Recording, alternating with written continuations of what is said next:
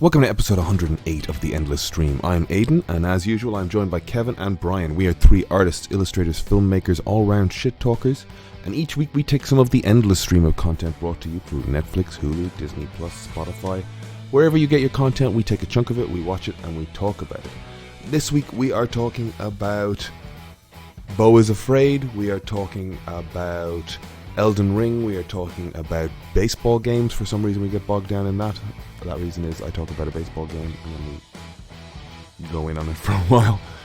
If you enjoy what you hear, please consider subscribing to the podcast, heading over to iTunes and Spotify, rating, reviewing, liking, subscribing. All of those good things really help us out. You can also head to @TheEndlessCast on Instagram, where we put up art to go with each episode, or send us an email at theendlesscast@gmail.com. Instagram and Gmail are a great way to send us a message. Tell us if you agree, if you disagree, or if you think there's something we should watch. Suggest it through those channels. All of that being said, let's get into the episode. He's such a grumpy bitch, isn't he? This is the usual abuse that we get when Just we come on. doesn't have his breakfast, and he's I'm going to fight all of you today. I'm going to fight all of you. unbelievable. It's the entitlement, Kev. You know, It is the entitlement. the entitlement. We He's know just, that we know what cloth he's been cut from. just a brat, Colonizer. straight up brat. This is all staying in as well until you get your shit sorted. Aiden, do you might have get one? sorted. Do you have one of Might those get- heat-sensitive coffee I'm cups? here on time. Jesus, I was late. Get over it. And now no one wants to He was late. He was late. Talk about Kev. that anyway. He was late. You were 100% on time, bro. I was 3 minutes 8 after minutes. the 8 hour minutes late of waiting 8 around minutes here. late. This is all I'm not staying in. angry at anybody. I think you're This is all all great. No. I don't know why Sitting here Aiden at doesn't have his 7:30. microphone in front of his mouth, though. He sounds very far away. He said his shit is sorted, but it's not. His mic is over to a side. Don't know what side. I don't know if he's flipped or not. You flipped? People are going to start You're going to seeing the love this. decline- People love drama. decline of our friendship They through love podcast. drama. Yeah. Aiden's showing his teeth like an angry dog. Like a dog. But Aiden, is your mug heat sensitive? It looks like a heat. Aiden, you drink your tea and you get some sugar in Don't it. answer my Come back questions. when you're cooled down. I'm never And asking me and anything Kev, me again. and Kev will have a back and forth. Is your mug heat sensitive? Yes. What is it? Yes. I have no idea. It's some tech company thing that Chris Okay, has. fair. Brian, continue. You're very low, Kev. Oh, pardon me. Is this better? I don't know what it is. Interesting. I have all my things set up. You sound okay to me. Or saying it's my fault. Saying it's my problem. No, You're saying I'm it's just my saying problem. that You might Fighting. have a setting. You might have a setting. I swear to God, you motherfuckers. Last night I spent 3.5 hours sitting in a bar called Schubas. Spell it. Watching open mics. SCHUBAS. Okay. It's an interesting name. Was that your first time there? No, I've been there a few times. It's a fun night. It's a bucket lottery type of open mic. Is it a famous bar? I don't know. Okay. It seems popular. They do a lot of like gigs. What's up a there. bucket lottery? I don't know if it's a famous bar. Every open micer sticks their name on a piece of paper, gets thrown into a bucket, and you pull out your name and you get up. And they do it in lots of 5, and you hope to God you're going to get out of there inside of an hour or whatever. I was there until got there at 7:30. Was there. Does everybody get up, or do they just pick 10 from? Oh, everybody gets gets up, and by the end of it, it's a fun night run by fun people. And is there a limit on how many names go in? No. Jesus Christ. And it was funny because it was just like there were early in the night. There's people there, actual people, and then there's loads of comedians. And as the night goes on, the material's still funny, but you can kind of feel the tension rising as everybody's like, "This is just a handful of comedians now," and the people that are hanging to politely watch for the sake of showing support start to leave, and then at a certain point you're just like I did my set. By the time I did my set, I didn't leave because there were 5 or 6 people left, and But you're also I was very one polite. of the few people there. And like the last couple of sets, they were talking to the 4 people in the corner, which was me and 2 other comics or 3 other comics. Yeah, it was fun. Anyway, And how did your set go? who fucking knows when you're talking to an empty room? You know what I mean? Like, Yeah. I Are you got through it. Are you That's writing the new? thing. Are you writing new material, or do you feel like, because I've seen some of your things on Instagram, obviously, and we talk and jazz. But I feel like do you think you're kind of like leaning into an Irish angle a lot, because that's obviously what they Americans will kind of like pick up on straight away. I have been leaning into the Irish thing. I mean, a yeah, bit. play to it, man. Why not? I'm leaning further away from it now. Like the first week, I was sort of Irish, and then now I'm sort of further and further away. So the stuff I was doing this week was, basically five new minutes of writing stuff. To the point that, like, the gig I did the night before, I just fucking blanked for 20 seconds. I just got to a point and it's like, shit, I just wrote all this morning. Give me a second. And it's fine, but like... Well, that's it. That is fine, because it's all just, experience and just getting shit done, Yeah. No, the stuff was proud of working. you. The stuff was working. It was pretty simple. When it works, the joke I like, and I do like it because it actually, I think it's funny because it actually triggers a moment of like, oh yeah, that is kind of fucked up in people. I've seen people ordering Irish car bombs, and I think that's really insensitive. If I were to line up a row of baby Guinness shots and say I'm ordering a Yankee school shooting, you wouldn't be happy. And the room laughs and there's gasps to it. It's like, okay, dots connected here, I've never been so offended in all my life. This is a I know a bar in town, a lady who used a bar in town, and she anytime Americans came in looking for an Irish car bomb, she'd just be like, oh, we don't call it that here, we call it 9/11, and just be like, damn. And they would be like, oh my god, that's so offensive. And they'd be like, well, what do you think is going on here, guys?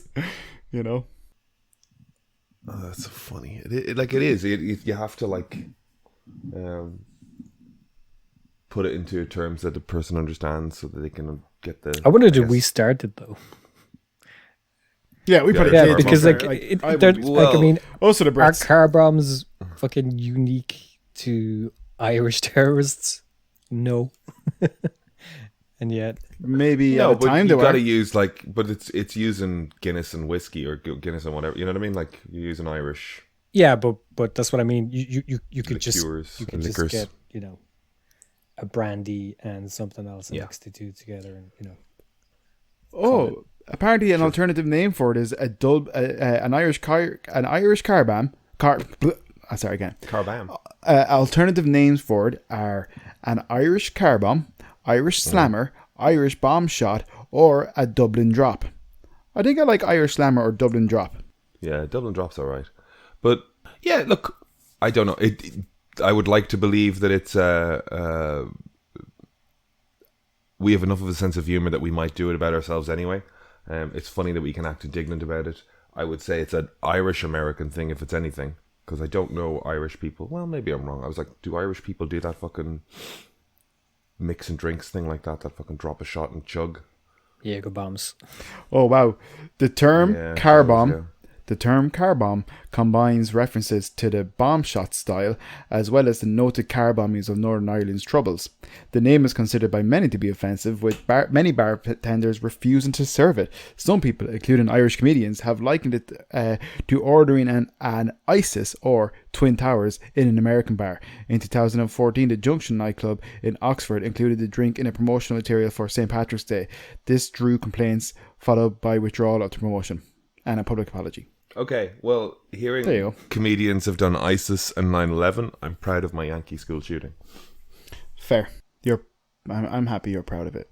I was listening to a podcast recently, and they were talking about the largest the largest public shooting massacre in America. Do you guys know which one it was? Well, there was the one in Vegas? Yes. Or do you mean school shooting specifically? The Vegas No, one from the the Vegas hotel? one. Yeah, yeah. The country Something western like- concert. Yeah, it's like 800 people injured or something crazy, 58 dead. Something nuts. He perched himself up in a hotel room 50 stories up with an arsenal, and Apparently he just kind of basically like just murder suicide but trying to do it to Las Vegas as a whole. And he just wasn't happy with how Las Vegas treated him. He used to go like 2 or 3 times a year. He had like a couple of million and all that kind of stuff, and then it was down to 500,000. But it was like, you know, well, his own foolishness. I mean, first of all, you know, who could have thought that Vegas might be a place where you'd lose money? Yeah. And second of all, thank God for all the gun regulation they brought in after such a I know. Thank tragedy, God. right? Thank God for all that gun regulation. Wasn't there some performer at the concert or something who was very pro guns and all that kind of stuff? Bilzerian. And he literally, what was it, Brian? Wasn't a performer, was that dickhead Bilzerian? Well, actually, no. There might be a couple of different people we're talking about here. Well, I was just going to say. Sorry, I was just going to say that kind of apparently like some country western singer or somebody was pro guns, and they had their guns. Awesome, Aiden. And they had their guns, but they said like kind of as soon as kind of shit went down, he's like they couldn't tell who had fucking guns, who was firing. It's like, you know, having like everybody says like, oh, if there's a shooter, like, and we have guns in that scenario, like that's why we should have guns, you know. But he was just saying that like, but it completely changed his whole view on the whole thing. He went from like say pro NRA or whatever it is to like very much like kind of anti-guns and pro-gun laws, you know. But he was just saying like as a fella who was like proud of his guns or whatever in that scenario, it was just like, what the fuck. Yeah. But Blazarian was there and he was useless, wasn't he? I think all the talking he did, and then he just he claimed to run back somewhere to get his guns, but he was lying apparently. Yeah, he's a piece of fucking human shit. Dog shit person. And dog shit person. If you're inclined to, you know, even if you get your guns, what do you do against fucking an omnipresent reign of terror? Absolute fucking like they didn't even know where the fuck it was coming from. Higher ground. The guy had massive, like, you know, heavy artillery, massive rounds, all that kind of stuff. There was no fucking way. The guy was shooting wildly into a mass of people. They were outgunned 800 feet above ground. Like, no one even knew who the fuck he was. I mean, I think I saw a thing. I mean, I'm half in a dream state most of the time, but like, did I see a thing where somewhere made it okay, or they started making steps for teachers to carry firearms? Yeah, trying to. Yeah, which is terrible. It's just like, how do we combat the issue of guns in our schools? More guns in our schools. It's like fighting fire with fire. It's absolutely fucking mental, and I don't know what degree of societal gun violence collapse needs to happen before they go, oh, okay, yeah, we need to get rid of these things. I mean, they're already saying it. Or we need to... It's just the NRA has too much money and influence is the problem. Yeah. Everybody's asking for it. I can't remember there was some comedian that was like, you know, the NRA has 1,000 members. Why don't all of us just join the NRA and change their policies? Because that's not how they make decisions. It's kind of funny. I know, but it's kind of funny. Is like, more members won't make a corrupt organization less corrupt. I guess there is some argument to. I mean, we've seen over the years the idea of like sort of religious groups or whatever joining local teaching or local school councils and stuff to affect the syllabus. So you can sort of like work your way into sort of like low level government or bureaucratic type Isn't of that things what and the affect policy. The CIA used to do? Is like if they wanted to take down like a business or something, they just like kind of basically like try and get people employed by it, and then just try and introduce as much procedure and process as possible, just to make it so convoluted and slow it down and just create frustration and tension that like these places just break down from sheer like over the top. Yeah, bureaucracy. I mean, there's white supremacist organizations that encourage their members to join the police. All right. Well, this week I saw Beau is Afraid, the new film from Ari Aster with Joaquin Phoenix and Patti LuPone, and I was surprised to see Nathan Lane. Go on. Just to say, I'm all happy with you talking about movies that are just out and stuff.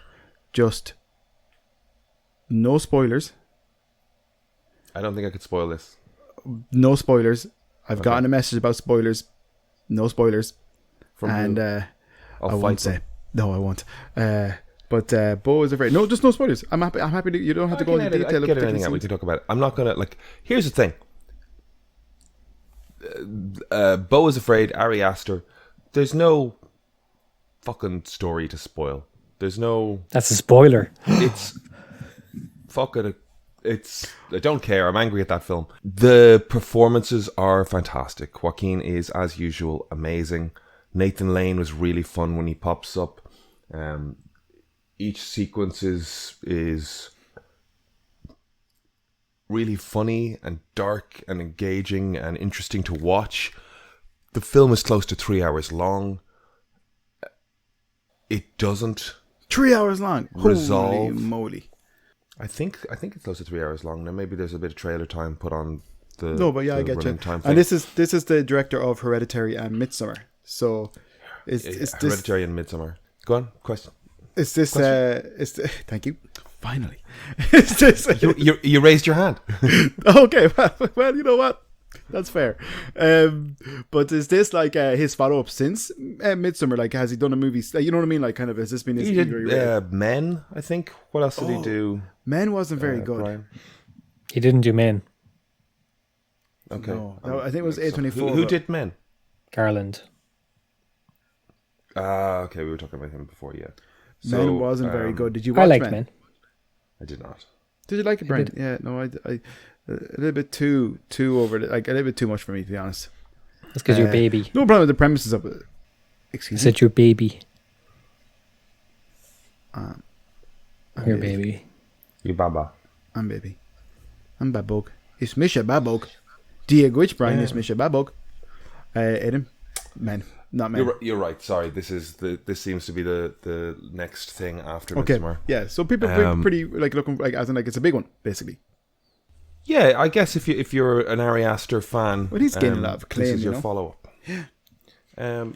But I guess what I've seen in Aster's films is, like Midsommar has that sort of Have you watched Scandinavian Midsommar? or Northwestern European druidic. Hold on. Or did you get the Cliff Notes version from someone? I got the Cliff Notes version from someone for conversational purposes. Shut up. But what I was saying was Midsommar leans onto that sort of like Scandinavian, Northern Western European, like druidic, Wickerman-y kind of like Folk horror. supernatural folk horror thing. That's a great way of putting it. Hereditary, it has this sort of like Wiccan, Ouija board kind of ghost story kind of thing in it. Didn't he do Witch as well? The Witch is Robert Eggers, isn't it? He did The Lighthouse, and he did The Witch. Okay. I trust you. They're all in a similar vein. Many. But yeah, this is only Aster's third film. Yeah, So he has just done. this is his third. Yeah. Yes. Yeah. Okay. Fair, Brian. Yeah. Sorry to interrupt there, Aidan. I thought No, the witch was one of his, to be honest. But yep. Well, basically, yeah, me too, actually. I don't know how Yeah. I got that mixed up. But it's, I guess the last two have this sort of supernatural folk horror-y thing to them. And I guess I was looking for like what the thing is here. And it never kind of materializes. I guess the concept of surveillance or the psychological associations with parents. I haven't seen it. I don't think I've even watched the trailer in full, but it reminded me a lot of I'm Thinking of Ending Things. Have you watched that? Would that be right? I haven't. Yeah. I really like that. It has that kind of vibe to it, I thought. But that's just from the trailer, so I don't actually know. Did you like that movie? Brian? I think it's good. I think it's hard to like because it's so unsettling. Yeah, it's It's like brilliant. a bad trip in a lot of scenes. Yes, it is. It's like that. It's like that kind of. It's very reminiscent of a bad trip. Like that, the shots, particularly of the dog, where the dog is shaking itself off, and it nails Yeah. the feeling of like kind of looking at a thing and looking away and looking back and going, how long have I been looking at this thing do what it's doing? You haven't seen that, have you, Aidan? No. It's a bit trippy, but there's a scene in it where I think they go to the house They're greeted at the door, and then the dog walks out, and I think the dog is wet or covered in snow. The dog shaking itself dry, and just the way the camera's kind of locked off and disconnected from the rest of the scene, and then they look back at the dog, and the dog is still. They reuse the same shot, but it perfectly created, for me anyway, that kind of sense where you can't trust your sense of time or when things happening, or has a thing happened yet, or am I imagining it happening, and just but the trailer for Beau is Afraid reminded me a lot of I'm Thinking of Ending Things, that movie, but I don't know if they're related at all. But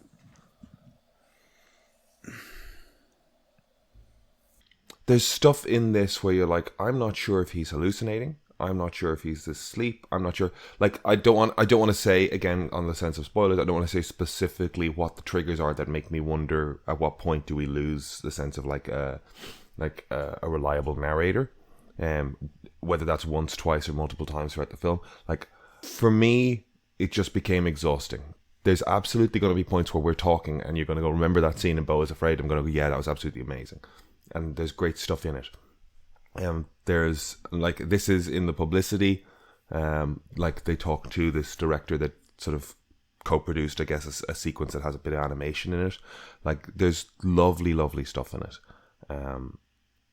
but over the course of 3 hours, without any sort of resolution or cohesion kind of starting to come together so I can get a sense of what the fuck is going on, I got a little exhausted.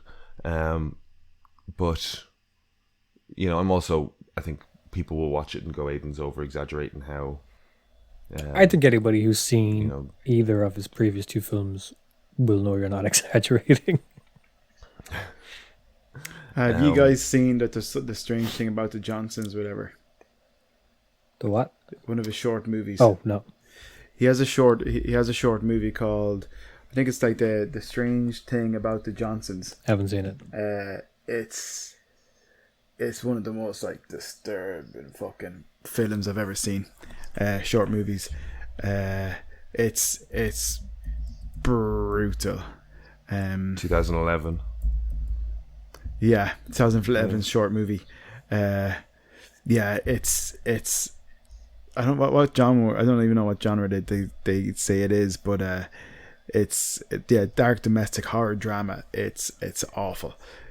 It's hard. It's a hard watch. It's a really, really hard watch.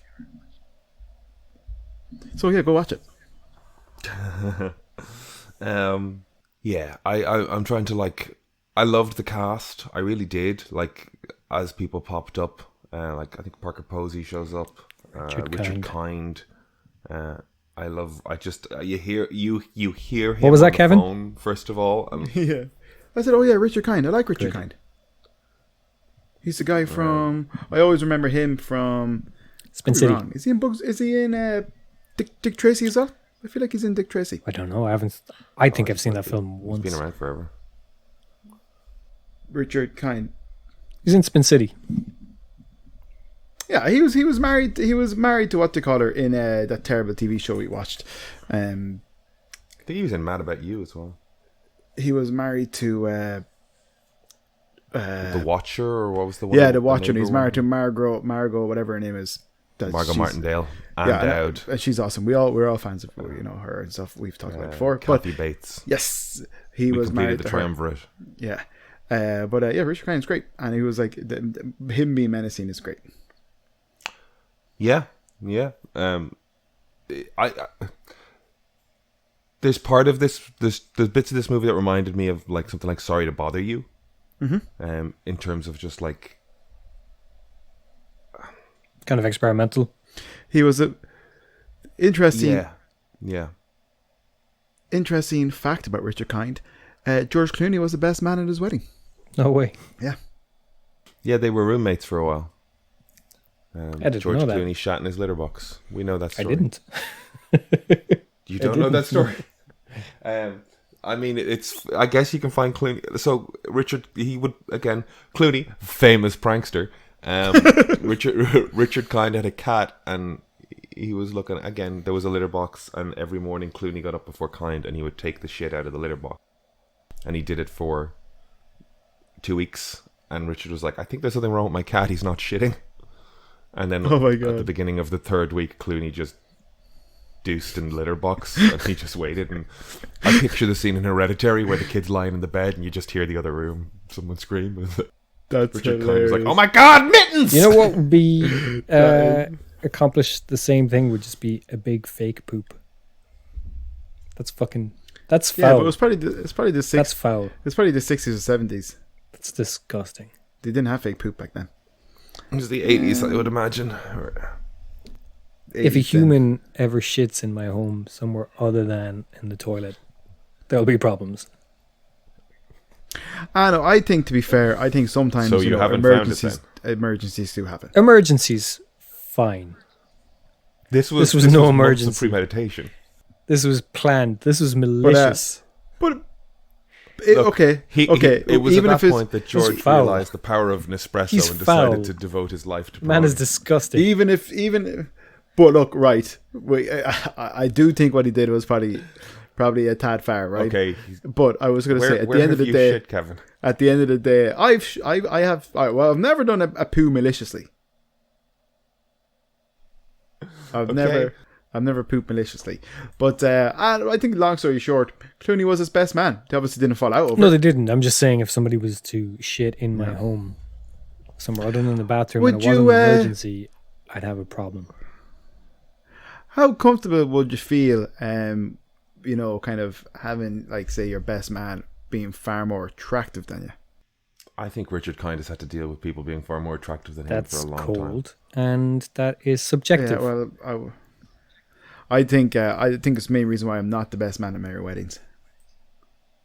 Is you're too attractive? Yeah. Well, more Are you attractive than invited the into groom. many people's personal most homes? cases. Evan? Not really, no. I think there's something else going on maybe. I look out to the phantom poos. But no, I know I have, well, I've had emergencies where I've had to poop, but none in a house that wasn't in the toilet. I don't know what context I heard this in. I love how we're back on Probably pooping comedy again. or hopefully fiction. And Kev didn't bring it up I know this people time. don't like that. Sorry. The goal was hiding a poop in a house somewhere. Bless you, Eden. Sorry. I guess whether it was a prank or whether it was a goal, or the question was, where would you hide a turd? And somebody arrived at, you take the tub of butter, scoop it out, shit in the box, and then put a layer about an inch thick of butter, Cut all of put it this. back in the fridge. The last 10 minutes is unusable. Didn't some Irish? I am I think. appalled. I want to say. It was. I won't say the name of the podcast, but there is an Irish podcast that they did that. They did that with one of their kids' poos, just to see how many strokes of the knife would it take to get down to the. I'm to not the buying child's that shit. for a second. I would get violent if somebody put shit in my fridge. You'd have to burn the fridge. Again, if unless it's for medical or emergency purposes, I would also get violent, Brian. Yeah, there are scenarios where you might have to put a poo in your fridge. Go on. Well, I'm just saying there are. I don't think there are. Go on. What if you had to give a medical sample and they wanted it a hard? That's not a thing. I don't know, man. Yeah, I don't I'm think moving you can this on. You're like, there We're are moving on. scenarios. What if your poop had the cure for something in it and you wanted to save it, so you put it in the fridge? Why the would a freezer. cure for something be in your poop? Cures can be found in all I don't sorts know. of We places. found penicillin in a weird place. Yeah, it wasn't penicillin. Like, where was that It's found? mold. Mold, yeah. Mold in a bin. Yeah. Anyways, the scat talk is coming to an end. Did anybody see the trailer for the movie Strays? No, divulge. So this was a surprise to me. It was on ahead of Beau is Afraid, and it's not going to be a spoilers. Because there's nothing to spoil. But I just was like, it was a surprise. So I was kind of like, I hope you've seen this trailer of your own relation. it's just a broad R-rated comedy with dogs. Think Homeward Bound meets The Hangover, I guess. And like, wow, it's like they're making movies for me. yeah, and it's so like Will Forte is this guy who owns a dog, and it opens like it's a fun trailer. Like there's a little dog that's going like, this is Joe. I'm his best friend. Every day we play a game called Fetch Fuck. He throws the ball, and you see him stick the dog in a car, drive him off into the wilderness, throw a ball, and drive away and leave the dog out in the wilderness. The dog comes home, the guy goes, fuck. And the dog comes home, fuck. Yeah, and that's how I know I won. And eventually he drives the dog so far fucking away that like he can't find his way back. And then it's, the dog is voiced by Will Ferrell, and he meets the dogs voiced by, Jamie Foxx and Randall Park, Isla Fisher. Is Will Forte or Will Ferrell? Is Will Forte in it? Will Forte is the human owner. Will Ferrell is the lead dog. Amazing. Sign me up. Hook it to my veins. I'm done. It looks fun. And now, it's probably... Is Seth Rogen in it at all? I feel like it should be a Seth Rogen thing. I don't know that he is. Yeah, it did bring to mind Sausage Party, except it doesn't look as egregiously horrible as Sausage Party looks. Oh, Sausage Party is brilliant. My favorite animated movie of 2000 and whatever shithole year that was. Okay. 16. No, it's an awful movie. Yeah, but this does look fun. They've done a good job, at least in the trailer, of making it look fun. Fair. Oddly enough, because I laughed at so much stuff in it, it's like these are the things I don't want to spoil on you, because I want you to laugh as you see them. Because, yeah, I don't know. There's X amount of narrative available in the world, but if you could surprise somebody with a joke, that's magic to me. It looks really fun, and I'm hoping it is halfway as good as the trailer makes it look. Cool. I'm excited for that now. Thanks for and sharing. I love that it like snuck up on us, or snuck up on me anyway. Oh, I never heard about it, so that's pretty exciting. Pretty exciting. Do you have any allergies, Brian? Dust for sure. Pollen. Those are the two I know of. I have no allergies that I know of. I know. Well, citrus gives you heartburn. Processed citrus gives you heartburn. I can buy, but no. What's processed citrus? Like, if I buy the you've had lime in a cocktail and it's giving you heartburn. I think that's like Moriac, whatever alcohol they have in it. It's the lime. What do you mean by processed citrus? Like if I buy orange juice, right, it gives me heartburn. But if I go to the shop and I get the freshly squeezed where you do it yourself with the machine and stuff, that doesn't give me heartburn. All right, your experiment this morning is go get that freshly squeezed stuff, come back to us. I say this morning. I know what you mean, buddy. You don't have to correct yourself. That's fine. I'd prefer if you corrected himself. It's confusing. That's fine, but you just let the record show. Let the record show you're correcting yourself for Brian's sake, not mine. That's fair. I understand. Yeah, that's fine. I know we're all okay with that. That's good. Yeah, I'm okay with it. We're all fine. We're all fine. There's no problem. Yeah, we're good. We're okay. We're fine. There's no problem here. We're friends. We're friends. We're definitely not frustrated with each other at all. We're not frustrated. We're fine. We're good. We're fine. We're good. Cool. We're fine. We want to be here. Cool. We're all happy. Cool. Peace and love. Peace and love. Cool. If Aiden could get a tissue, though, that'd be... If he wants to go...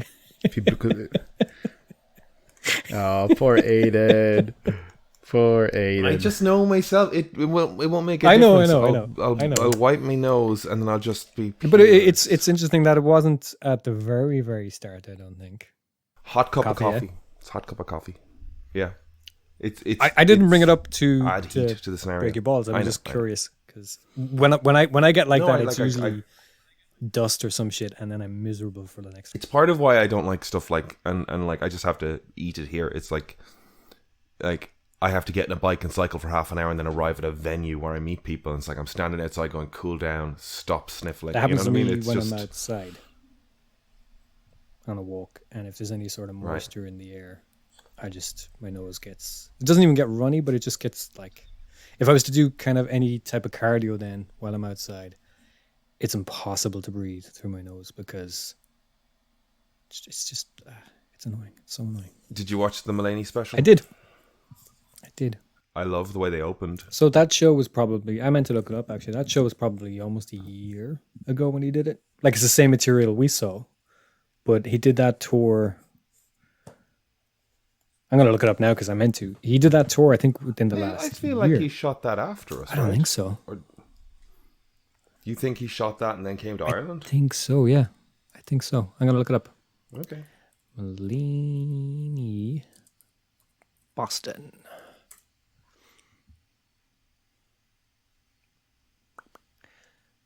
Boston Symphony Orchestra, is that where it was on? BSO Events Symphony Hall. So January 31st, 2023, John Mulaney to film new special in Boston Symphony Hall. So that's when they announced Say it. again? January 2023. Is when they announced it. Okay. They say John Mulaney to film new special in Because I was reading Symphony today people talking about seeing him last year. Hall. February 25th. Yeah, he 25th, filmed yeah. it. As was here. But no, he was doing that show. When did we see him? saw him. I feel like it was the 18th. I can't remember. I saw people today saying they saw him last year. Maybe they're wrong. Well, he was doing the from scratch Maybe thing. they were wrong. He was doing the from scratch thing around, as you do. He was doing that, working that material all of last year to get it to the point where he could film it. Point being that he's been doing that show for probably but it's the same jokes that we saw him perform a few months ago.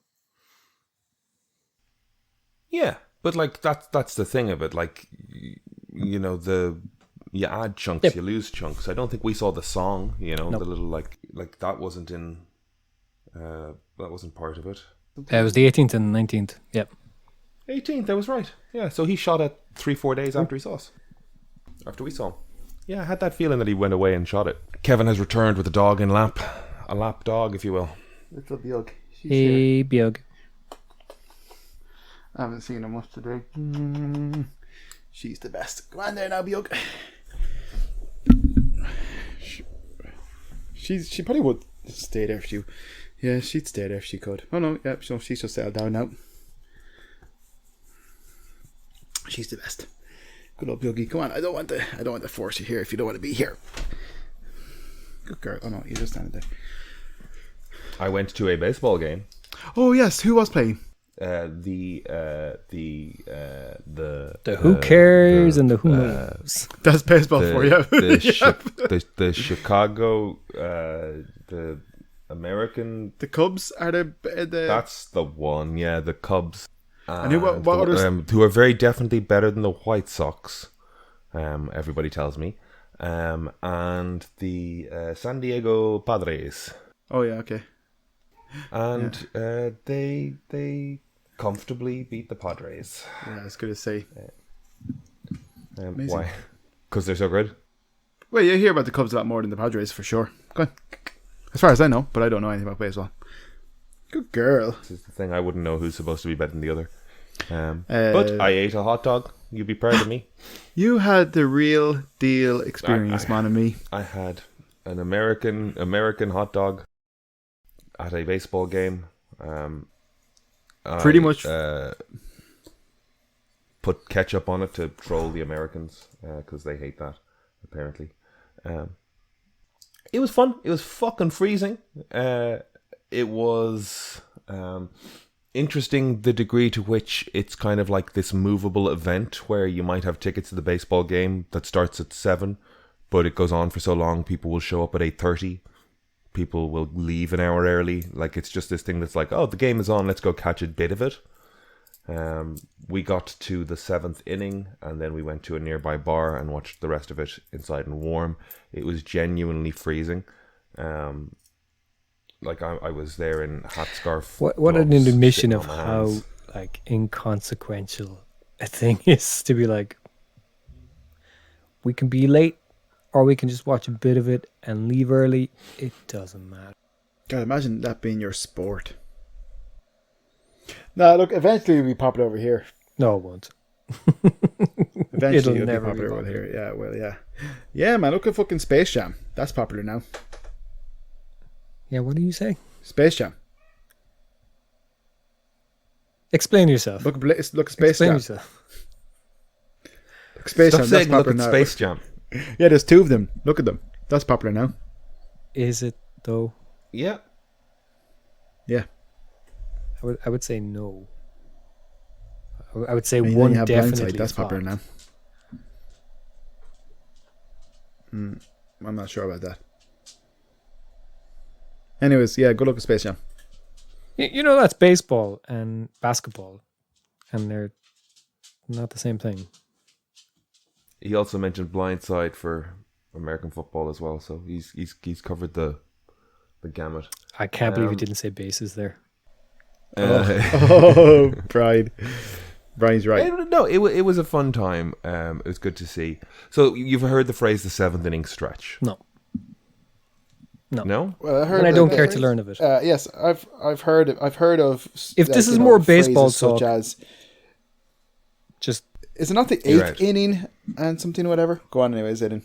So you hear in movies, you go, "Hey, we're at the seventh inning stretch," right? And it sounds like I've always taken that to mean we're at the back end of the game, or we're like we're in the home stretch now of the game. why didn't it just say home I stretch? didn't then? realize that. Well, here's the thing.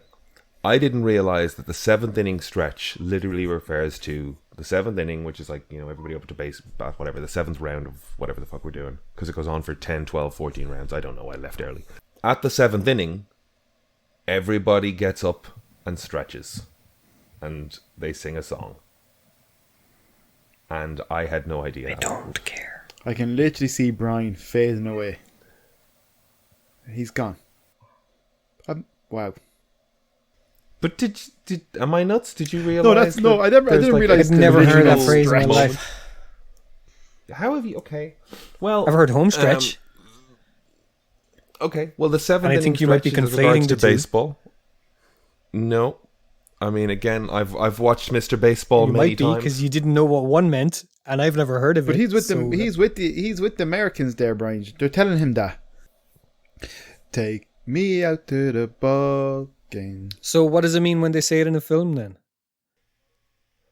It's just marking a point in the game. Like, we're at the seventh inning stretch. So did they We're say this fucking in 4 baseball hours in. film? Yeah, Of course I haven't heard it. and in American films Referring to what? It's time to get up and stretch our legs. Sports. Name one film other than a baseball film where they said it's time to get up and everybody stretch their legs and sing a song. Usually they are talking about baseball in this context. But That's not what you okay, said. I get it. You've never heard this fucking That's phrase. not what you but, said. like, it's Are you saying this is a film other than a baseball film where they said we're in the seventh inning stretch now, and you took that to mean we're in the end game or home stretch, but what they actually meant in the film was it's time for everybody to get up, do some light stretching, and sing a song. Okay. I'm with Aiden here, and I think you explained that perfectly, Brian. I understand that you are getting delightfully, entertainingly indignant about this, but I just can't think of a single film where you've never heard this expression. But I think you're the fact thinking that I'm of home conscious this stretch. as a thing. I'm not, because it means home stretch means exactly what you thought it means. The seventh inning stretch. To mean we're in the end game, we're at the back end of this thing, we're in the home stretch. I'm not. I understand the two different things. But you I thought know home seventh stretch. Seventh inning stretch I meant the thought same that in thing. the context of a baseball game, in the context of a baseball game, when they referred to the seventh inning stretch, because they do talk about you again watching baseball related content, of which there was so much growing up. Yeah, there was so much. A League of Their Own. So much. Field of Dreams, The Natural, Mr. Baseball, Mr. 3000, Rookie of the first Year. 5 or 6 I can think of. Major Leagues 1 through 3. And tell me why, when they There were a say lot of this in baseball any of movies in those my films, youth. that we didn't see somebody get up and do some stretching. Because Why they would were it take just for you to using go to a to game mark a measure of time? to learn that this is what it means? It didn't take for me to go to a game. It took Chris explaining the concept to me. I've heard baseball analogies being used, like, it's bottom of the ninth. It's, stuff like that. I've heard things like that. That's literally not an analogy. That's just somebody saying where they are in the game. That's like saying we're in extra time. That's what I thought saying seventh inning stretch was. But it's used as an analogy in the sense of, like, back to the wall. The odds are against them. You know. No, but it's not. No, what it means in that instance is that this is the score, and it's at this point in the game. It doesn't automatically mean that their back is against the wall. What means their back is against the wall is the score. But if it was that score and there's 90 minutes left, then they're not against the wall. But it means if it's at the end of the game, because if the score was a draw and it's bottom of the ninth, but the score is a draw, then nobody's back is against the wall. It's the only way we can turn down Brian's autism. You clearly do not understand baseball or baseball related analogies. And you've just admitted as much in the last 5 minutes of this conversation. Well, I don't know anything about it. I'm fine with that. I don't understand how we've. I know Babe Ruth is a There's no wire baseballer, crossing and there's here. a Oh, chocolate also bar. The Babe. I watched The Babe with John Goodman. Yep. And there's There- a bar there is about it. much And I've had the baseball Aim, bar. your related homework content for Chocolate next bar. week is to watch all of these films and compile Space Space a Jam had list baseball in it. for me of when they've said that. And it means To be what you fair- thought it used to think it means. To be fair, It's just isn't they would isn't Michael Moneyball. Jordan a baseball player? Rookie In of Space the Jam. Year. Hang Bad on. News Bears. Hang on, Bull excuse me. Durham. Little Big League. These are all films. The Sandlot. These are all baseball and basketball. Sandlot's great. Yeah, but you never understood Baseball's great. baseball as a result of watching those films. I never understood. Whenever anybody referred to the seventh inning stretch, they never got up and stretched and sang a song. They used it as a mark of position in the game, like saying bottom of the ninth, top of the sixth, whatever. It was always used as a, bottom this is of the the point ninth, you're at. in the never game, gonna not, win. Here's the fucking ritual that goes with this. No, I wanna be a rock star. Cool. Yeah, but Michael Jordan's a you're not baseball even player getting my in point Space is Jam. that you used to think it meant home Why is- stretch. I'm done. I used to think it was a measure or a position in I'm the done game, with this whether that means conversation. home stretch or end of the. But you're the one who. Okay. I'm so done. I'm so glad we're recording this because we can go back and listen. Where you said at the very start that you thought it meant we're in the back end of a thing, or we're almost. I thought it meant something like we're in the back end or we're at a And I'm believe you. saying point I of the game. think I you agree. Probably just always thought home stretch. But And you're assuming I heard the phrase but you're coming from a position of never having heard the expression the seventh inning. That's because it's not an I expression. have fine. It's not an expression. Heard home stretch. It's an expression within the context. It's not. of It's baseball. literally Of which- where we are. It's like saying we're in the 47th minute of When the a game. guy comes on that the doesn't end- make it an expression. They're just saying we're in this point of the game. It's a demarcation point. Yeah, it's not an expression. Wait, is your argument? Okay, so the issue is people Knocking don't it out use of the as an park is a expression. baseball expression. is. That is now. Okay, That's an let me expression, rephrase that. for sure. It's not that I. Okay, it's not that I've heard. Good man, the Kevin. Expression. It's that. It's not an expression. I haven't Okay, heard so it the because issue it's with me not an then is expression. the Knocking it out of the park the or a issue- home run. If I had, Those if are I had said, expressions. "Have you heard the piece of baseball-related vocabulary I'm done with this conversation. that refers to this?" But I'm not angry. This is fucking fun. But like, You're telling this is those to fun. yourself. Your issue is not that I don't know I what have the no fucking issue. phrase. It's that I called it an expression as opposed to a piece of baseball-related vocabulary. Yeah. Okay. Have you ever heard the piece of baseball-related vocabulary, the seventh inning stretch? I know what you're talking about. Yeah, you're talking about. I believe my word. That expression. Yeah. Baseball is I've heard innings, it and it's expressed a the few seventh one, and they're in the seventh inning. Sure. I know baseball vernacular. So what was your point? It was very well organized as a venue. The concession stands were fucking Is everywhere, this so there was no queues for the, anything, which was kind of impressive. Like the crowd control for a large stadium. This is a major league team. Yeah. States and counties and cities sometimes have multiple teams. Is that right? Is that possible? Yeah, there's major and minor Yeah. league. sort of Is stuff. this So the Chicago has main- the Cubs and the White Is this Sox. like the main stadium or one of the main, or is it a smaller one that you went to? Or This is Wrigley this is the Field, main so one? this is Okay, definitely yeah. a big one. I've heard of it. Yeah. I've heard of Wrigley Field. Yeah, and then the area around it is referred to as Wrigleyville, which I just learned as well. And I'm just like, so Wrigley sponsored or bought or owned or have some interest in the stadium because it is Wrigley, the gum people. How do they end up with the? I guess they.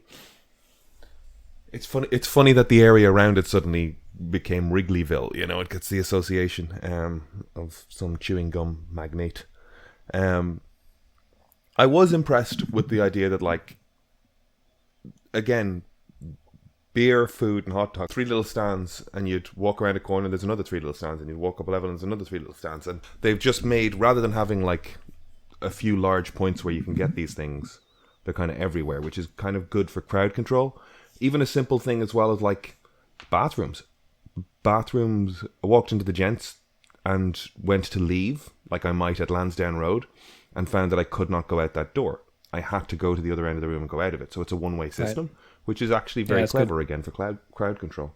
A fun sort of thing, noticing sort of logistical things. I'm sure there's European stadiums that have shit like that as well at this point, but my only comparison is Lansdowne Road and Croke Park, I guess.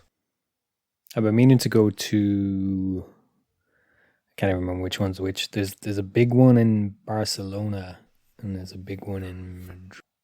But I wouldn't prioritize going to a football stadium. But I've heard that it's kind of worth seeing, just to, you know, like you said, for the scale and the logistics and the operation of it. I probably would go see Barcelona play if I was in Barcelona.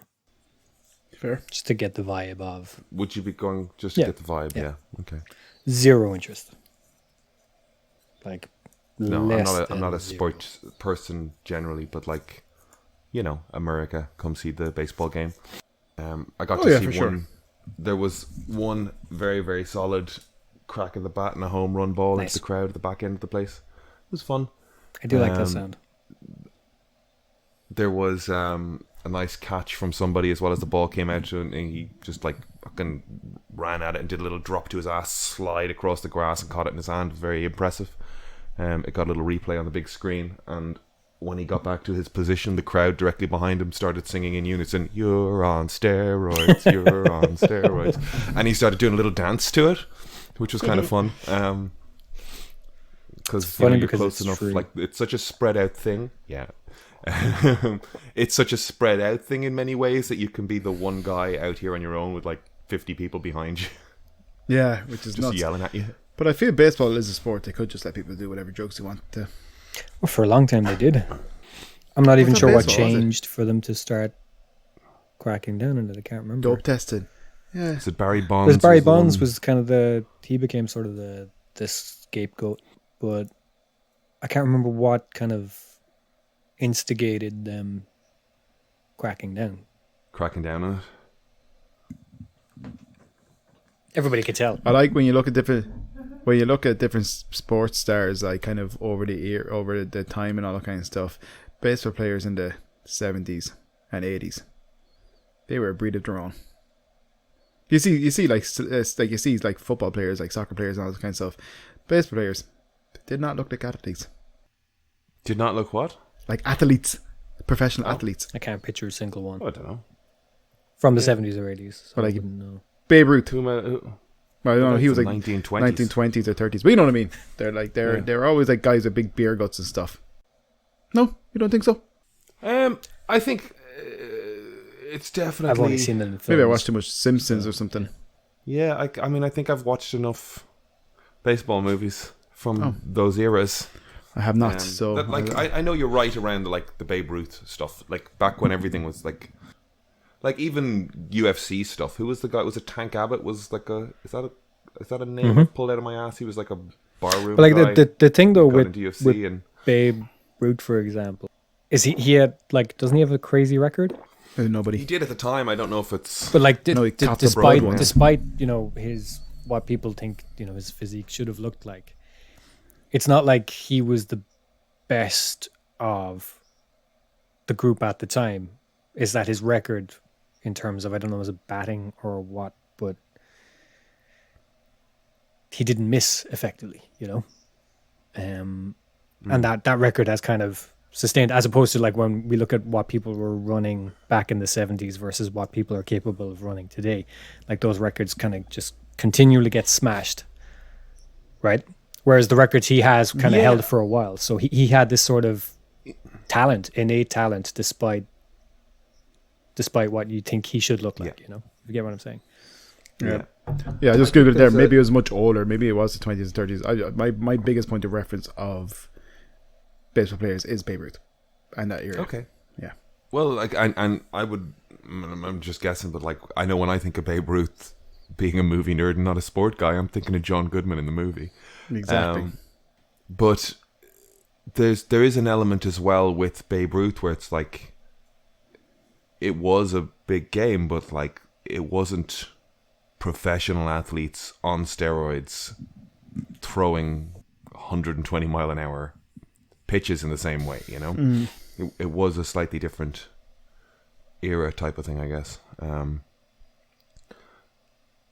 I don't know how we've become a sorry all right. It's you Gone down the culture is seeped. It's me. This is when three people who don't know anything about sports talk about sports. We don't know nothing. I don't know. It's not that we know nothing. I don't know anything, and I think you should respect that. Anything happening in Dublin? Anything happening in Cork? What's happening in Ireland, guys? I'm out of touch. Is Bertie Ahern president yet? We ejected him into the sun. It's all taken care of. Nice. We won't have to worry about him. Because there was that clip where he was talking with Bill Clinton, or Bill Clinton was talking about how charming he was. I was like, how is this happening? What's happening in Ireland? Give me. Is there any news? Is there any news? The one thing I'm not doing in this little world is like reading news. Migglety's other dog died. We saw that. Did we talk about that already?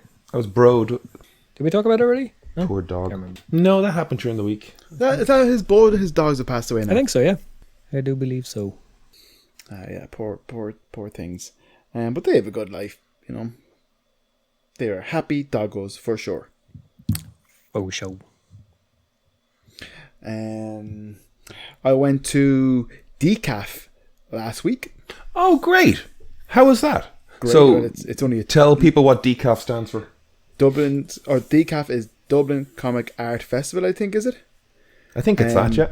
Yeah, they had various different exhibitors of local comics, indie comics, it's just kind of just different artists, print artists, animators, all that kind of stuff. If you're creative, if you're indie or kind of on the all side of things, Decaf is the place to go. They have it's very inclusive space. They have lots of LGBTQ plus representation, that kind of place. You know, it's very much a safe and inclusive environment. So safe that even wee Beau attended. You know, her first ever big social event, and we went down there. We went down there on Sunday because it's literally a 2-second walk from my house. Okay, no, I won't say that. We went down there on Sunday because it's not too far from where I live. It's local, and we brought Beau down because we were going to go for a walk anyways. And then they said that it was actually dog friendly inside. So yeah, we got to walk around with Beau. A friend of mine sent me a video that obviously somebody attending Decaf, one of the vendors, took a video of Beau and posted it on her Instagram, saying that they got to see all the lovely dogs or something, you know. But he sent it to me. But yeah, she got to have a walk around. It was lovely. I met a customer of mine, and I bought one of her t-shirts for Emer. I think Aidan, we met her. Actually, yeah, I'll give her a shout out because check her stuff out. Her things are cool. No Substance, I believe, on Instagram. Actually, to be honest, I thought I was following them the other day, and then I realized I remember that. Not. Yeah. You know, you met Amber. Yeah, and I thought I was following her. It's just kind of just bizarre. Anyways, Amber Lee on Instagram, no substance _ really cool t-shirts and prints and great kind of fun stuff. Like, I really like it. It's cool. Like, kind of Emer picked up this hoodie, you know. It's fun stuff. You know, or that T-shirt.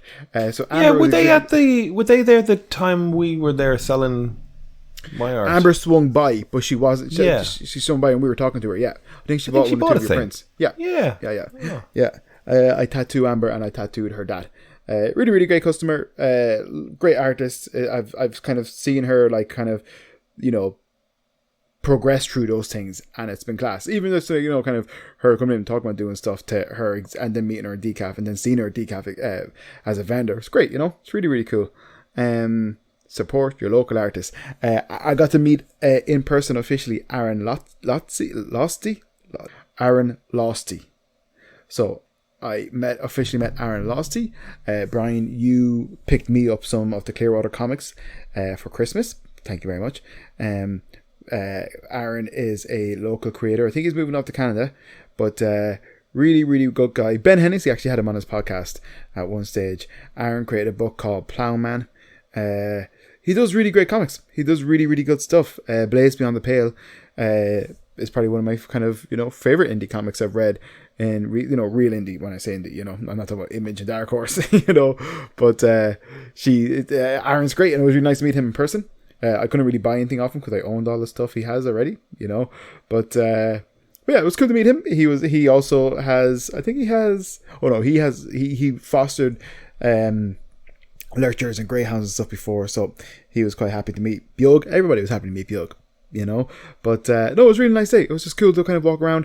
The only thing is I did because we had the dog with us, and you know, we're just having a quick look around and stuff. I am disappointed.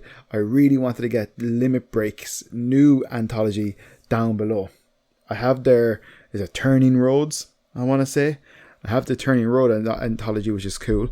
And they have another one called Down Below, and they're working on a Norse mythology one. I think it's Norse mythology.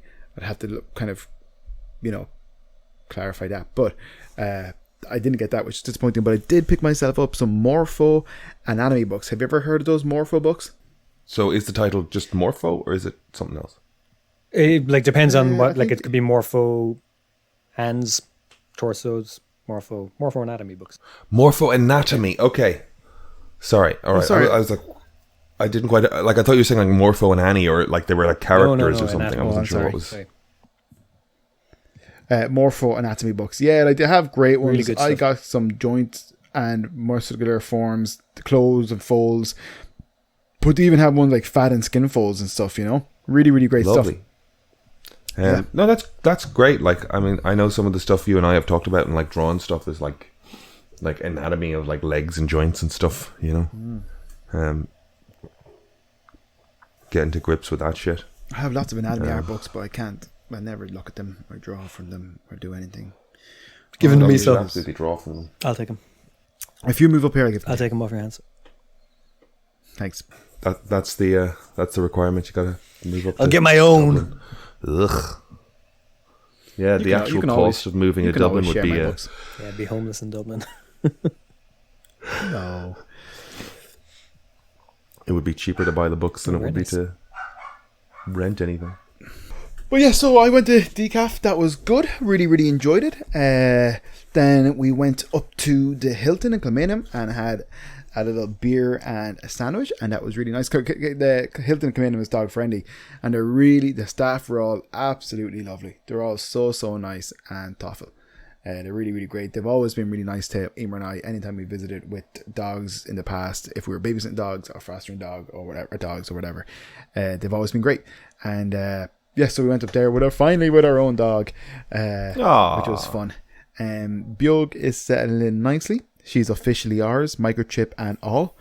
Oh, great! You had a little like probationary period or something, didn't you? Where Well, like they kind of tell people 7 days. You know, if the dog was just like, you know, basically if you just can't manage a dog, there's no point. You know, hold on. Like, you know what I mean. Like, we have to be realistic. I do, yeah. But no, sure. Like Bjorg was kind of very evident that she was going to be ours from day one for sure. I'm absolutely mad about her. I'm not going to keep on gushing about her, but I love her. To be honest, I've wanted a dog for so long, so long. since I was very, very young. I wanted my own dog, and I've never been able to get one. And having one now, it actually feels like, it's like, yeah, that's what I was kind of missing. And it's just like, I really feel good about having a dog. Okay, trolley problem. Dog or Emer? Dog. Yeah, but you didn't specify there. Poor Emer. You didn't What's he specify who asking? he's sacrificing or saving, so he's off the hook. Yes. No, Emer and I joked that she gets the house and I get the dog, which is, a poor deal, to be fair. Yeah. Emer. For Emer, exactly, Brian. But I know we're getting on great with her. She's doing really, really well. It's great. Yeah. Yep. I like having my little chum. Bringing her out for hour walks every morning, and pretty much, not pretty much every single night she gets. I don't want to overwalk her, but we're definitely walking her like at least 2 hours a day. That's so much walking. Yeah, it's good though. It's good. Then I'm getting home exhausted and ready for bed at an appropriate time. Good man. Good man. Good man. Yeah. Anything else strange or exciting this week in Dublin? No. Had friends over. They met Beau. That was really good. But no, nothing else strange or exciting. An average week in the tattoo shop, which is, a good week. And I don't think I watched anything else this week except for Barry. I think I just watched one episode of Barry, and that was it. I found a bakery outside just on the street up here that I hadn't gone into. And there are delicious, delicious pastries for like $1 a piece, and it's very dangerous now to not start my day with like Hispanic baked goods. Mm-hmm. I did get robbed this week though. By your dog? Okay. No. What happened? Subsidy. It was the seventh inning stretch of the day, and Subsidy Comics in town right announced that they had a Daredevil issue 1. Hang on, did you say it had holes punched in it? Yes. It has holes punched in it. Yeah. Worthless. Garbage. You're better off without would it. you want it with holes punched in it? Yeah, no, I know. To be honest, when I saw that, I was just like, yeah, no, I don't want it. No, you don't want it. No. Okay. Because even the issue 2 I have, right, it's not in perfect nick, and there's a good few scuffs and yellow pages, and I think someone kind of scribbled something on the cover a little bit, or you can barely see it, but they scribbled pen on the cover. It's just like that cost me. It's that era of like news agents. €80. That's fine. It's that era of newsagent stuff where it's like, oh, they're putting that aside for Mark, and they just write Mark on the corner of it, and it's like, ugh. Can I ask this though, right? Given your existing relationship with Subsidy, given that they know or should know that you are a Daredevil fanatic, did anyone shoot you a message and go, "We've a Daredevil number 1"? Nope. They they have put the odd thing aside for me that they know I'd like and whatever, Okay, well that's fair. They have done in the past. I think this was one of those ones though that's kind of just like, realistically, it's one of those ones that just has to go to everybody. Is it? Well, if they set a price and said, "Hey, Kev, we've this." Well, like, I mean, I don't think okay, they didn't put it out to auction. They had an issue 1 of Daredevil, and unfortunately, I missed it. But at the same time, though, well, you were aware of the condition. I don't think you would have. I heard it had holes in it, so Yes, yeah. But it's cool. Like, this is the thing, though. Like, kind of having customers from all over the world come to the studio and all that kind of stuff. It's cool. It's cool to see like kind of that they're actually super impressed with some of the comic book shops here, And Subsidy is actually, they get fucking gems in. It's class. Like as a kind of guy who likes just random old comics and all that kind of stuff. Like I picked up Wolfpack issue 1 there the other day for the crack from Marvel. I don't know if you've ever heard of the Wolfpack. I picked up issue 1. It was like €4. It's like, why not? Good fun, and I had the collected story anyways. I got that like a couple of months ago, so I was just like, when I saw the issue 1, I was like, oh, you know what, I'll buy that. But I just love the broad range of stuff they have in there. It's such a great comic book shop, and in Dublin City, I love it. Well, you've got that on record. Shout out to the boys because they're all so. Yeah, shout out to the boys because they're all sound. But no, the comic people in town are all lovely. Shout out to the guys in Forbidden Planet as well. They're awful kind to us, Yeah, I don't know. I've been going there for years. I think you've inspired me here a little bit, actually, of things to do for me day. I haven't been to... There's a comic shop just up the road, and I haven't been in. I should go and have a look at nerd shit. Yeah, send pictures and stuff like that, man. I'd love to see stuff like that. Even if you buy some things, I'll pay for posting back to them. Yeah, send nerds. Get it over here. Oh, Give it to me. there's some stuff you want, is there? Who knows? I'm always down to clown. You know, I like fun comics that are like kind of just not even like worth shit. You know what I mean? Like I got the Power Pack issue, the first couple of issues of Power Pack the other day. They were fun things I remember briefly. You know. Brian, what's going on in Cork? How's the job? Oh, should we? This has really just evolved into the boys. But how's all going in Cork, Brian? Not much to report. But you suggested this week that we should do something in regards to a video game. Yes, I did. Yes. Would you care to elaborate now that you're in a room together? I suppose I should. So the idea was, for anybody listening, is that Elden Ring, being the sort of, it's got this perception of being kind of very difficult and inaccessible. And it is to an extent, or at least the games that the developers make are a little bit, daunting. They're kind of challenging. Elden Ring is kind of one of their more accessible ones, but I was thinking, it's not a wholly original idea, but if Kev was to play and stream for about an hour, and I would join him, and I could kind of point out just, how the mechanics work. There's a lot of, not even hidden mechanics, but they're just not explained in depth, and there's ways to exploit them to make your time a lot easier. And sometimes it's fun to just play and accidentally discover it, but it also can be fun to just have somebody hold your hand a little bit.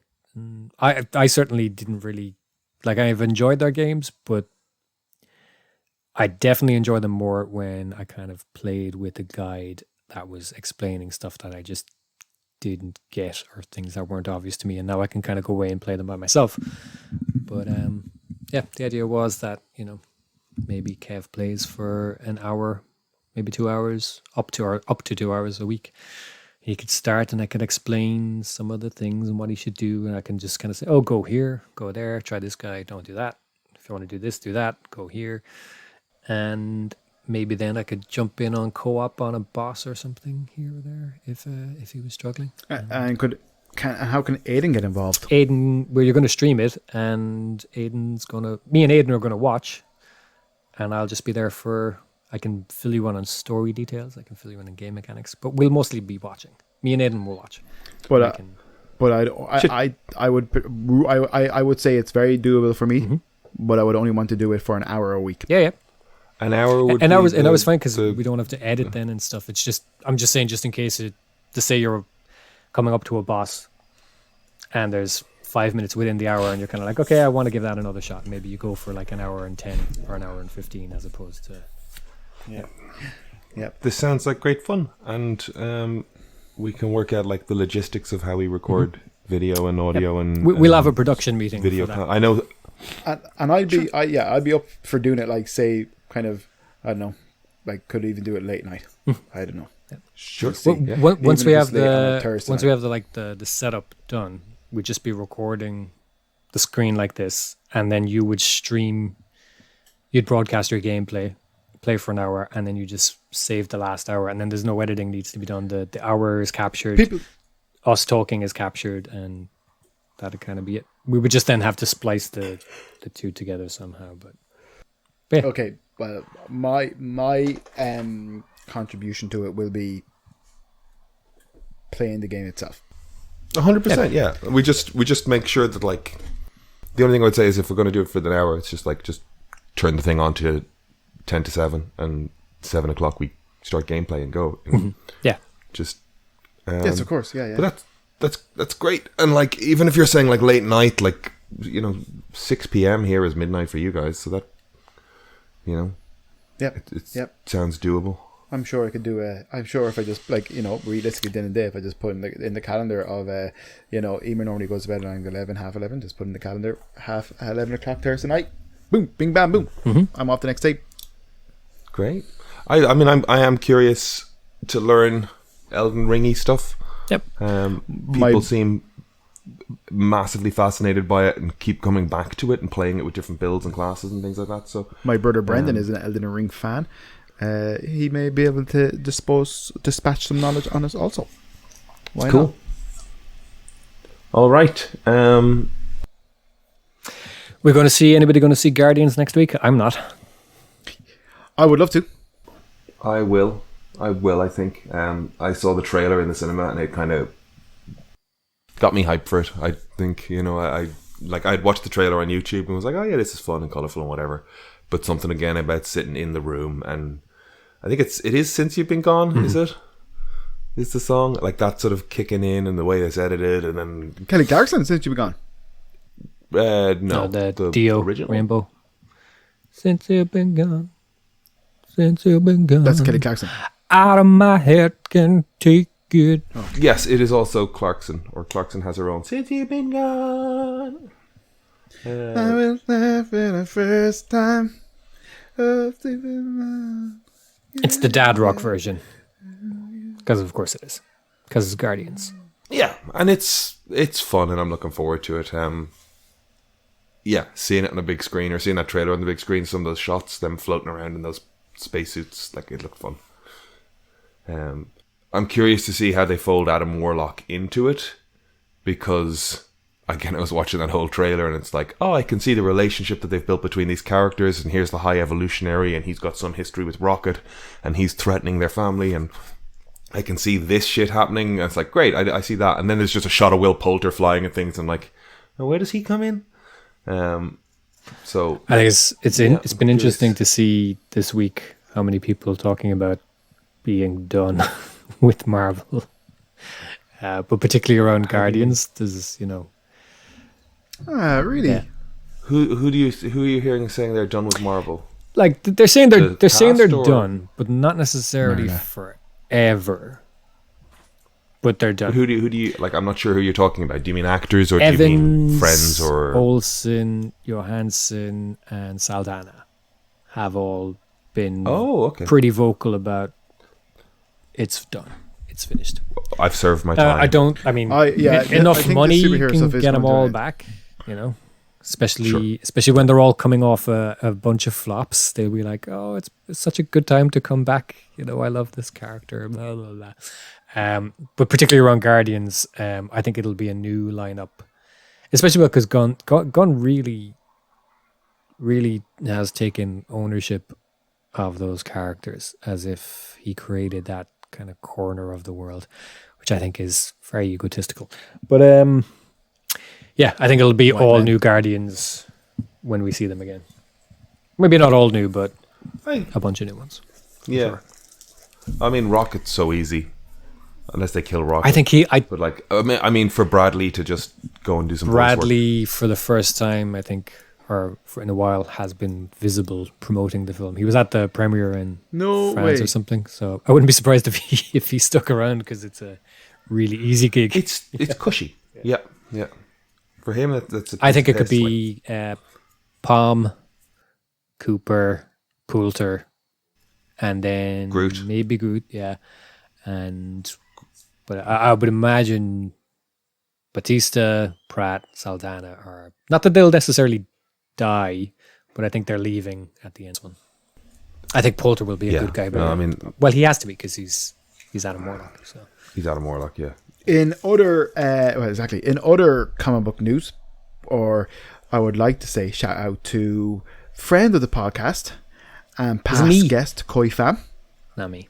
It's not Brian. No. It's not Brian. It's Koi Fam. What's It's up a with different Koi? person.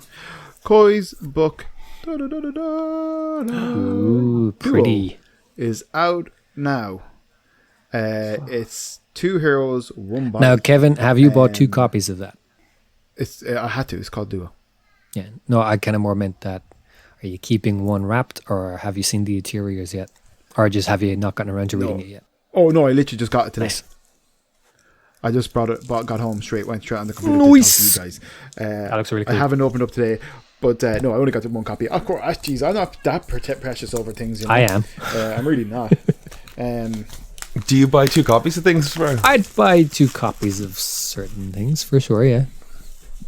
Not when I'm broke, But but, it's- when I'm less broke, I buy for sure. It's great to have one of Koi's books now, one of his latest books, and Koi's art is so fucking cool. So Awesome. if anybody wants to pick up a book with beautiful artwork, and I can only imagine a great story, pick up Duo. Shout out to Koi. Congrats to him. Great, congrats. Nice one, Yeah. Koi. Good job, Koi. Looks good. But yeah, I will be going to see Guardians for sure, without a doubt. I'm looking forward to it. Really looking forward to it. I got the facsimile. I never pronounce that word. The facsimile. Facsimile. Facsimile. What are you trying to say? Facsimile. What is it? Facsimile. Facsimile. Warlock first appearance. Oh, okay. They're also Does facsimile just mean reprint in this context? Yeah. It's reprint. Sorry, it's reprinted exactly like the original. All the original ads, no extra, no nothing, unedited, unchanged. I think that stuff is so much fun. I love getting those type of books. They are so like they only sell them for like €4 or €5 or whatever. They are the best. I have the original appearance. I had the first appearance of Wonder Man, but I have the facsimile version, and just seeing it side by side is good fun. I like this is one of my like go-to comic book irks, but like I'd never owned. I hadn't read The Rocketeer, or I had one issue of it somewhere, and I was like, I'm gonna go buy the collected Rocketeer, and it was wrapped as you just showed, the Duo book. Went and bought it, got it home, opened it up, and it was all completely recolored. I actually couldn't look at it. I was just like, this looks crap. Boo orange. Like I want newsprint, and I want the color that came with it, not shiny glossy pages that have been digitally recolored. It just fucking I picked sucks. up a book the other day, and I was looking at it, and I was just like, this isn't the original volume. Like, there's no way this is the original volume. And exactly like that, it was recolored to high heavens, and it's just like, gross. No. Yeah, it just Really doesn't not work. interested. Well, I mean, Sometimes it's just it not will. what you want. The coloring is coloring. Like, it can be whatever, but when you've gone into like, sorry, we've covered it before, where it's like an artist, especially like a really good artist that knows the medium that he's working in, like you lay down blacks, you lay down inks, you cross hatch in such a way because you know it's going to be colored in such a way to some degree. You know what I mean? Like, especially in that era of like 4-color print, because you got to like leave room for like overlaying colors and stuff. And Flash getting decent reviews. It is. I know somebody said the new trailer is aggressively spoiler heavy. Brian. I don't know that it was spoiler heavy, but it was just like I felt like I'd been watching for 3 minutes and it wasn't finished. There was a lot I got a of message footage. from John Z as well saying, this is. I may as well not see the film now. Everything that might be a good moment seems to be in the trailer. I've heard there are surprises in it, so who knows? One of the consistent negative things I've heard about it is that the last act or last hour just loses it completely. And I don't know if that means that it goes too off the wall or if it's just pales in comparison to kind of what comes before it.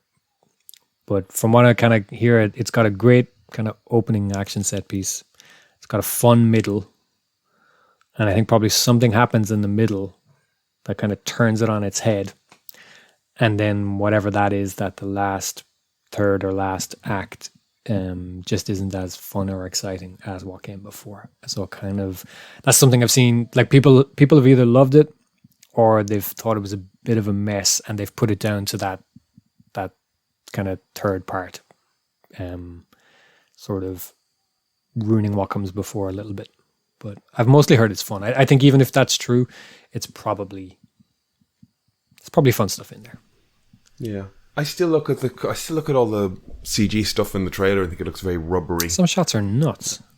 Like, I don't understand get it. Yeah, that one I sent Yi of the 3 of them jumping out of the Batwing and sliding up to the screen. Like, just they just look like actors who ran and struck a pose. They don't look like people moving at super speed and coming to a stop. It just looks like they slide it into frame like a disco slide or something. It just looks all wrong. I think sometimes about like Jet Li's The One for like rubbery CG character fighting. Blade 2. Yeah. Oh, that Blade 2, man.